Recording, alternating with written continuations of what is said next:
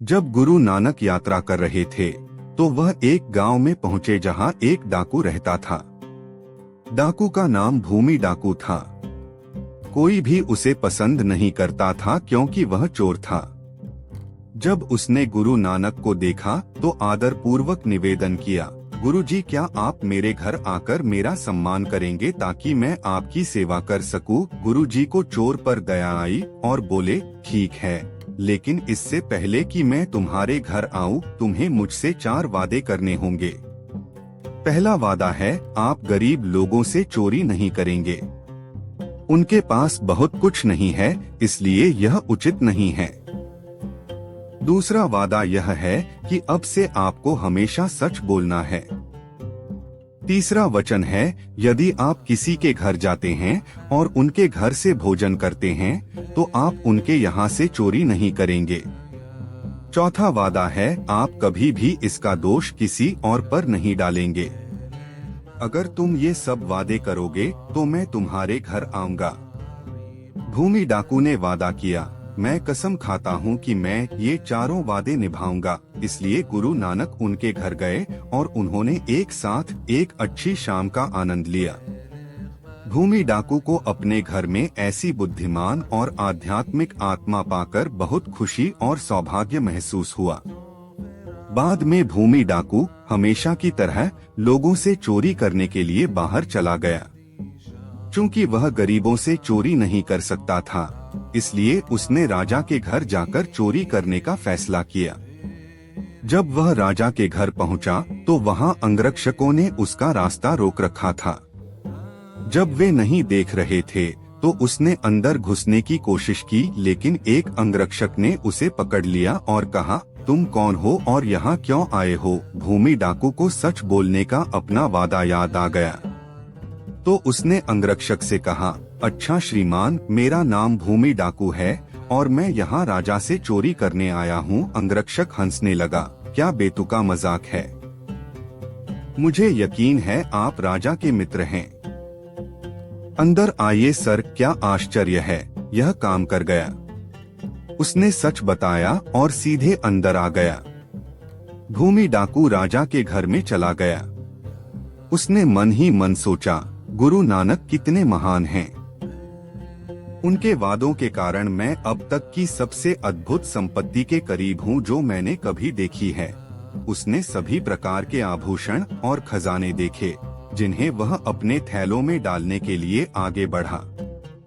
जैसे जैसे वह चोरी करता गया, उसे किसी चीज की बहुत अच्छी गंध आई। इसमें चॉकलेट केक जैसी महक आ रही थी। वह रसोई में गया और ओवन खोला और वहां था एक सुंदर स्वादिष्ट केक। चॉकलेट केक उनका बहुत पसंदीदा भोजन था। वह आगे बढ़ने और केक का एक टुकड़ा लेने से खुद को नहीं रोक सका। इसका स्वाद बहुत अच्छा था, लेकिन जैसे ही उसने पहला कौर चखा, उसे गुरुजी से किया गया अपना वादा याद आ गया।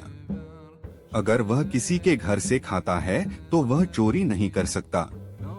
इसलिए उसने अपना बैग वहीं गिरा दिया और वह चुपचाप महल से बाहर निकल गया। सुबह राजा को ध्यान आया कि केक का कुछ हिस्सा गायब है और उसने खजाने की थैली जमीन पर पड़ी देखी।